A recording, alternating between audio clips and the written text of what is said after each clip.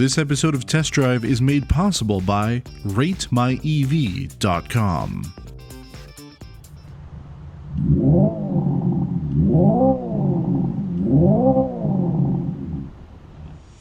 Welcome back to PRN Test Drive. I'm James, and this week I've been testing the 2025 Hyundai IONIQ 5N.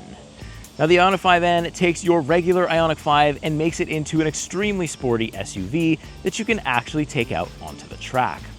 I think Hyundai's goal here with this version of the IONIQ 5 is to attract people who typically don't enjoy driving EVs. Their way of doing that is by including a fake exhaust system, so it's got fake noise that you can customize, and it also has simulated gears. So when you're driving through this thing, you can put it in like a manual mode, and it'll actually feel like you're driving a regular dual clutch transmission.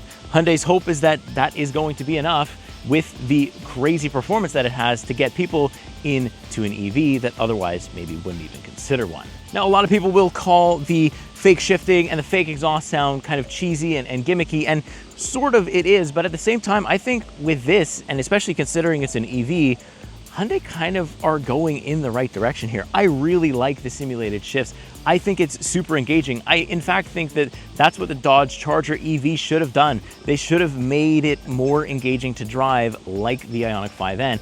I feel like the simulated shifting is very much an experimental thing, but something that I think we'll see a lot of in the future. Now, while I do like quite a bit of things about the IONIQ 5N, there are some drawbacks. I'm gonna tell you all about that and more. In case you are in the market for one of these crazy performance EVs, let's take it on the road, but first, let me tell you a bit about it. So we want to look at the performance stuff for the IONIQ 5, and you can't find any of that under the hood because there isn't even a front trunk there, but that's fine because I don't use the front trunk ever. Where you're actually going to find it is in the floor. You'll find an 84 kilowatt hour battery capable of 356 kilometers at 100%. Now, I am happy to report that I've seen well into the 425s, and I know what you're thinking. That's still not enough. You still wish it gave you more, and I do too, but unfortunately, it is one of those things that you have to compromise on if you want to hop in to one of these high-performing EVs. You just got to trade your range for performance. It's sometimes a pill I'm willing to swallow, but in the same time, I wish that Hyundai gave us the best of both worlds, and I can't wait to see what they do with the battery technology that's going to evolve. We might be able to see the best of both worlds in the future.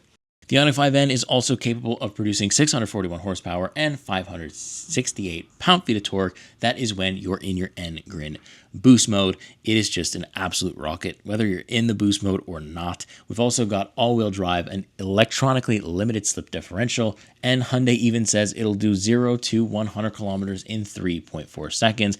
And after driving it for a week, I'm inclined to believe that that is absolutely the case, and it probably is at times a little bit faster than that. In terms of charging, if you can find a level 3 350 kilowatt charger, you'll go from 10 to 80% in just 18 minutes. You'll probably be visiting the charger a little bit more than the regular IONIQ 5s will, but you'll be having a lot more fun. Let me show you what I mean. Alrighty, on the road now, 2025 Hyundai IONIQ 5N, and unfortunately, it's raining. We're at the point here in Quebec where this is the kind of weather we're going to see for a good while, and it's just completely unpredictable. It said it was supposed to be sunny outside, but alas, it's raining. The weather now in Quebec, especially for like doing these videos or driving in general, is like, it's about as reliable as, you know, a back alley fortune teller. You just can't rely on the weather forecast at all here. But anyways, I still get to drive this really fast car. It does quite well in the rain anyway, so I won't be able to I'm gonna go like as full throttle as I feel comfortable doing, because I don't want to die. And I want to bring Hyundai's vehicle back in one piece. So I still get to show you the shifting, the different noises and stuff like that. So I'm still absolutely gonna do that, and we're still gonna have a good time with it here. So I've been driving around in E-shift mode, the fake shifting mode. I've been driving around in full N mode all week. That's the only mode. I didn't touch Eco. I very rarely would touch sport mode or even normal mode. When my daughter is in the car, maybe I do that. But it's very rare that I'm even in those modes, even when my daughter's in the car. I just love hearing this thing. So I'm in the ignition sound, but let me put the most interesting sound on for you, because you have to hear this. So here we go. I have it in the supersonic mode. Let's do a safe rip here. Here we go. Oh my God.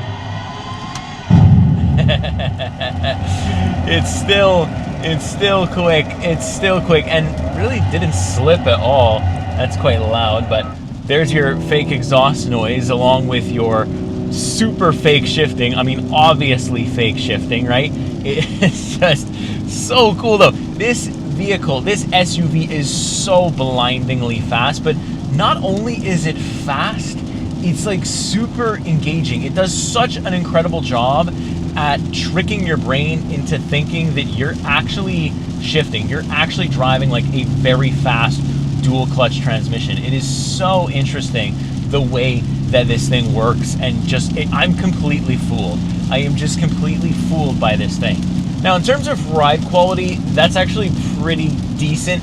This version of the IONIQ 5 does have adaptive dampers, so like I've been driving around with the suspension in Sport Plus because I want this vehicle to feel like a race car for the entire week. I accept nothing less. It looks like a race car, it looks like a race SUV, it kind of sounds like a race SUV. I'm gonna drive it like a race SUV. I haven't been driving this like an EV. I very rarely will use the one pedal drive. I don't do any of that. So like, yeah, you can make this very comfortable. My daughter's in the car, I'm in normal mode. The adaptive dampers do a great job at making this feel like a normal everyday SUV, which is really good, right? Because you want that duality. You want to be able to take your IONIQ 5N to the track and absolutely have it rip your neck out in 7 different ways. But also at the same time, you want to be able to go and get groceries with it as well and just have it be a normal IONIQ 5. And it can absolutely do that, but there's no fun in it, to me anyways, at least for a week. I'm going to keep it in the N mode the entire time, but I like that it's able to be comfortable when you want it to, and it can still absolutely beat your back up when you want it to. The handling has also been very, very compliant. I mean, it just darts around everywhere. Because the battery is on the floor, like most EVs, we have a low center of gravity, which allows a lot of handling feel. And then you have things like the N race mode that you can put it in and stuff like that. You have your N pedal, which N pedal is very, very interesting. It says you're only supposed to use it on the track, but of course I did test it here. Obviously not going to do that in the rain, but it basically acts as like a very, very aggressive regenerative braking mode where it really makes the car's front end, or the SUV's front end, really bite into the corner. You really feel it dig down. It's a very, very aggressive regen braking, and it basically allows you to slow down for corners without having to take your foot off the accelerator. Whether that adds lap time or not without having to switch, I don't know. I'm not a professional race car driver. I can't even take this thing on the track. There's just simply nowhere to go. But for the few times that I was using it, it felt really, really cool. And I love feeling the front end just absolutely bite down on the wheels. It felt really cool, and it felt like a race car. It really, really did, and it really impressed me. So let's do another exhaust mode before we do another rip here.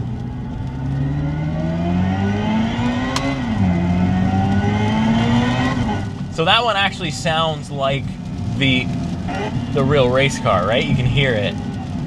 Very, very cool. So to customize your N modes, like there's a specific button that you press in the infotainment, and it brings up all of these settings.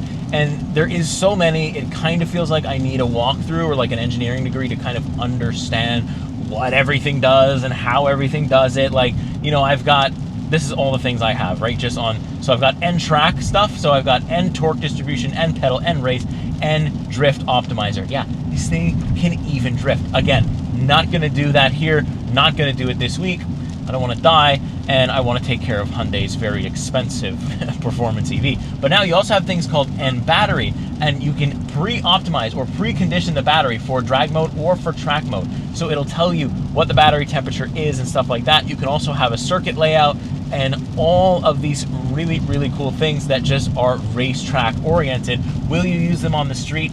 Probably not. I don't care about preconditioning for, like, unless I know I'm going to do a street race, which again, don't recommend doing. If you want to keep your investment alive and you don't want to crash into a tree, I think you should do that, but you can do it. But honestly, I think that's really more geared to people who are actually going to track this thing and not so much to the road going things. But there's so much to go through. Like, there's so much that I can change. So I can change in the N Custom 1 and 2 modes. You can change both these things. So you can change the motor, so you can have Sport, Sport Plus, Normal, Eco. The steering is same thing. You can also have the suspension to be normal, or like, you know, different suspension options. So I have normal, I have sport, and I have the sport plus. So there you go. E-limited slip differential, you also have the normal sport and sport plus. The ESC, electronically stability control, or electronic stability control, there it is. You can have that off, sport, which turns it slightly off, and then completely on. So I have it in sport mode right now, but if it does get a little dicey, I'll just turn it back on and keep my N mode on the entire time. And of course it has a launch control, but I don't think it's gonna serve any purpose for me today because it's raining and it's probably gonna be raining the rest of the week. So I think, honestly though, did I use launch control? I did it once just to see how it felt, but it just feels so much better to organically shift it. I also have this Grin Boost button that I can press while I'm driving here, and it'll give me 10 seconds, but I can't manually shift while I do that.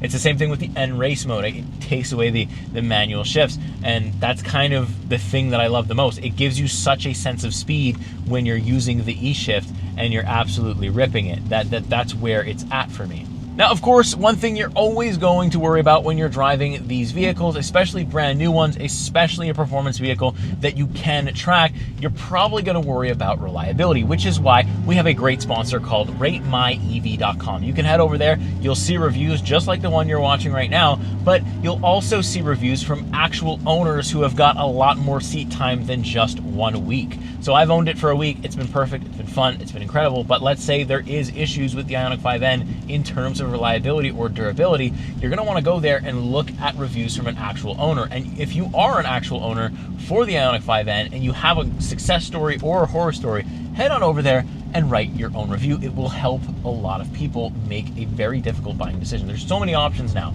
It's good to see sites like this come out where they specifically focus on the EV market. So go ahead, head over to RateMyEV.com, check them out, and let them know that we sent you. So last but not least, I want to touch on the interior. First of all, these seats are like the same seats that you find in the Elantra N, and I love them. I love them in the Elantra N. I love them even more in like an SUV setting. They are like, they don't have a lot of bolstering to them. They hold you tight in the seat, but they're very, very comfortable. So even when I am getting my neck broken by the suspension being in Sport Plus the whole week, I really, really am comfortable. I don't feel myself like flying around the cabin as much as I should be because these seats absolutely are holding me in place very, very nicely. And it's just been such a smooth thing. The N logo in the back lights up. They just look good. They just look the part of an N vehicle, first and foremost, but also they look the part of like a racing seat. You know, you don't want to buy a racing performance vehicle or something that's intended to be like that, and then it doesn't have seats like this. So I love these seats. Hyundai put them in everything. I've drive these things in a sport version of a Sonata if you let me. I love them. They are very, very comfortable, and they're absolutely track ready. Now, in terms of the steering wheel, it doesn't have the Morse code for Hyundai. It just has the straight up classic N logo, and I would not have it any other way. I love the look of this steering wheel. It's nicely leather wrapped. It's got a nice feel, a nice grip to it. I feel like it would be nice too if you had racing gloves on. You'd be able to feel it very nice. No Alcantara, but not necessary. Of course, I've got the paddle shifter, so when you're in the E-shift mode like I am now, it'll control the fake shifting. When I am in like just normal modes, or when I'm just in N mode and I turn the E-shift off, those paddles then control the regenerative braking, so you can get into I-pedal this way. So it's very much a duality of things. They're plastic. I do wish they were metal or like a little bit more satisfying to click, because I'm going to be doing it so much more often. I wish it was like a higher quality switch in the back of these buttons, but I'll take the fact that I get fake shifting in an electric car. I think it's so cool still. You also have the Grin Boost button in red, and then you have the blue button, which is your drive modes. You're gonna probably use the Grin Boost more than you're gonna use the drive modes. At least that's the case for myself. You've also got two programmable N buttons, so you can program them to do two different things. So the left hand side, I've programmed it to turn on the full N mode, or just the N Custom 1 mode. So that's what I've done for the first left side. Right side, I have done it so it can turn on and off to my E-shift mode, because I'm always using it and I don't want to go into here and find it and click it. I'd rather just have a button and I can program that. But you can choose from a bunch of different options in the menu of what you want your buttons to do. Very, very interesting.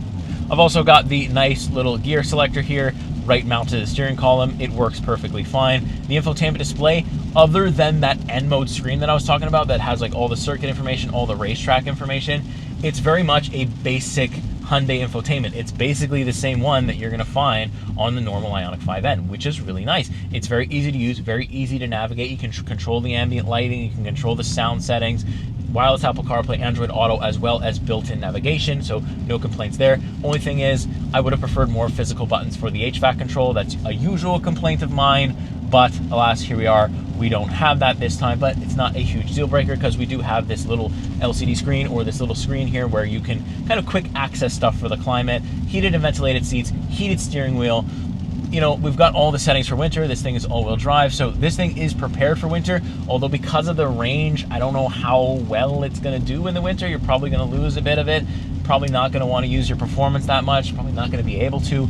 I would like to see this thing in the winter if it does come up. We'll see what happens, but I think, I doubt it will stay around for the winter. It's a very expensive EV. But anyways, I like the phone placement or the wireless charger placement because I could just throw my phone in here. Even though I use wired CarPlay, I can still throw my phone in there. A ton of USB-C ports in here, a good amount of storage for the center console, the cup holders. I love all of that. So it is able to be used as a, you know, everyday daily driver SUV. Same thing with the rear space. There is a ton of it. There is no transmission, so you have like that flat floor, which adds, you know, you can fit people, storage. I fit my daughter's baby seat back there, no problem. It was so easy to install because there's so much room back there, and it doesn't compromise on the trunk space. There is a ton of trunk space room, as equal as there is the back space. I could fit behind myself while I'm driving, no problem. It is just a really, really usable EV that just happens to be able to absolutely rip your neck out. I love it.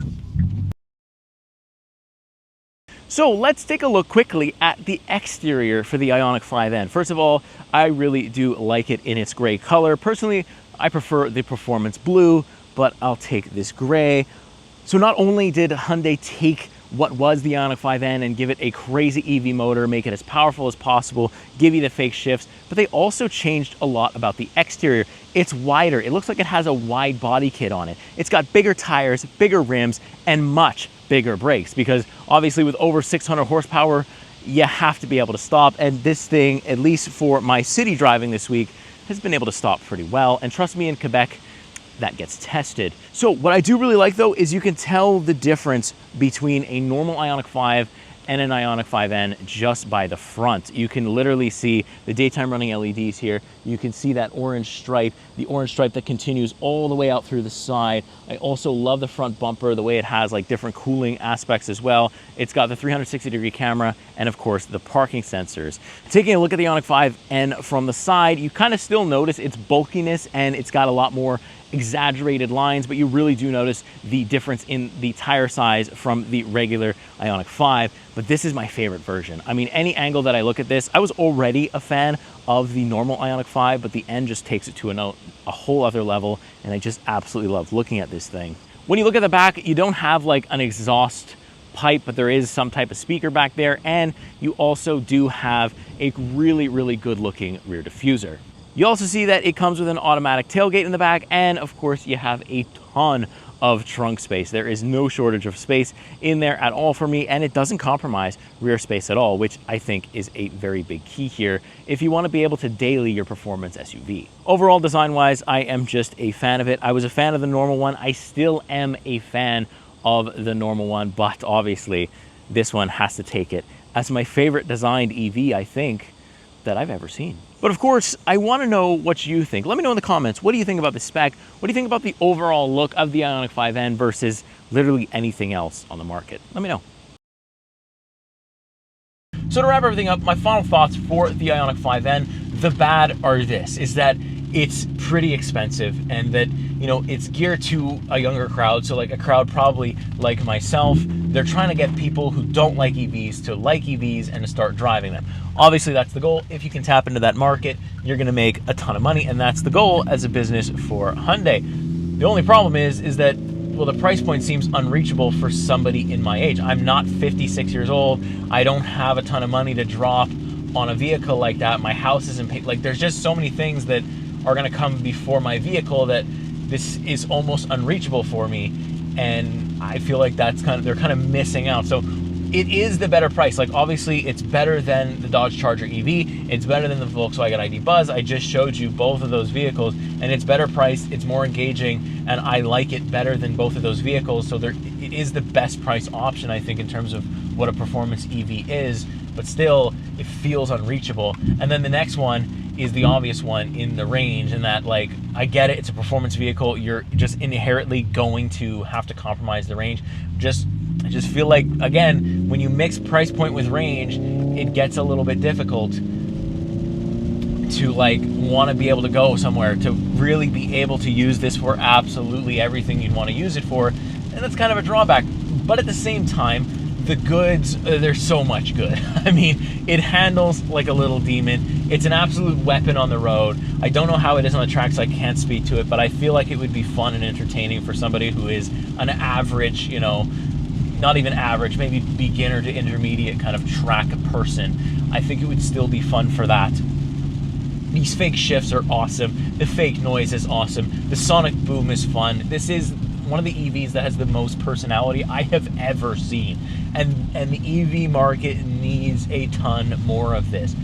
That's how you get more people to drive EVs. Have options that are like this, that are like the Buzz, that are like the Charger. That's how you do it, but make it so that other people can actually afford it and actually get into those vehicles. That's the one thing I think that a lot of the brands are missing now. And it's not just a Hyundai problem. But the IONIQ 5N is just lightning quick. I love driving it. I love the engagement I get from it. I love the feeling I get from it. I think it is so cool. I can use it for my daughter. I can do my groceries in it. And then when everybody's gone and nobody else is in the car, I can have my fun. I can have my cake and I can eat it too. It's just one of those analogies where it's like I can kind of have everything as long as I compromise the range and I've got some pretty deep pockets to afford it. That's kind of the reality of it. But don't get me wrong, I love this vehicle, and if you can afford it and you're looking at an EV as a performance vehicle, go right ahead. Just test drive it. Test drive it once, feel this shifting, feel how fun it is, and I guarantee you'll be hooked as well. Thanks so much to our sponsor, RateMyEV.com. Head over there, check them out.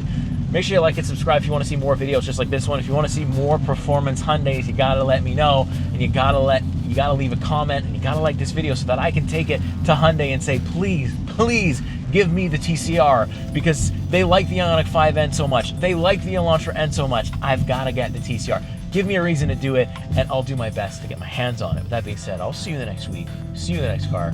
Take care.